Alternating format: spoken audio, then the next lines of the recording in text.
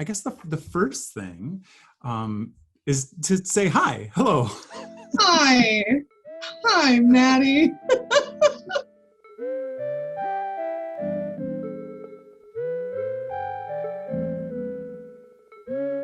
The first thing that I wanted to talk about is you have directed for us before, Young Company, and you've taught for Young Company for a long, long time. Now we're hurtling headlong into this new frontier, this digital, virtual realm, and I wanted to talk a little bit about what that is like, how things are different, how they're the same, and just what the process has been like. So because we've been forced into a kind of restriction that doesn't allow for broad stage pictures in a room all together, we've narrowed our focus into doing what really purportedly is the primary the primary goal of some of this work, which is to really allow them to discover and chew on and tell the story that they're working on using the language and learning how to use the language. So by really focusing on that, I think that there have been some amazing leaps that have been taken. You know, it's interesting. It puts me in mind of this idea of the audience. We call them an audience. They're listeners. It starts with the ear, and this format sort of demands that. You know, what you were talking about having to sort of dive into the language. So even with the barrier of the screen, what do you think our audience can expect as they are able to approach this piece, listening to it and still engaging with it? Because this is Shakespeare and there's no fourth wall, the characters are very often going to be communing with the audience, with the camera itself, and the viewers, the hearers on the other side of it, as their confidants.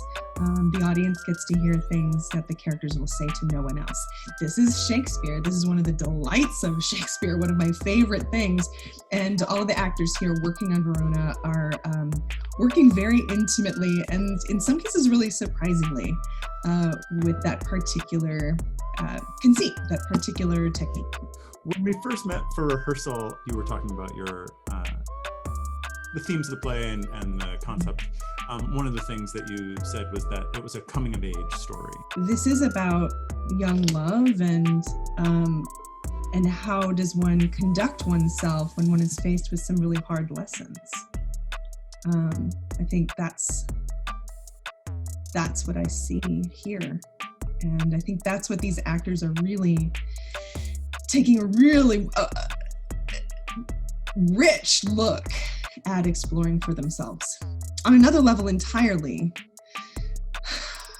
to speak of the Young Company, I've always known and admired how courageous and generous and ravenous for learning and creating art these students are. But what I've learned in our time apart is also how resilient and unstoppable they are, how self-driven they are. And for Verona here, I don't think I've ever worked with a cast who brought more to the table from the first day than they did. It's a joy. It's the kind of warmth that I think we need. And also, not only does this play offer some really great laughs because of wit and relationship, but it also offers the charm and joy of people who love one another, and then what people who love one another do to try to bring one another back from the brink.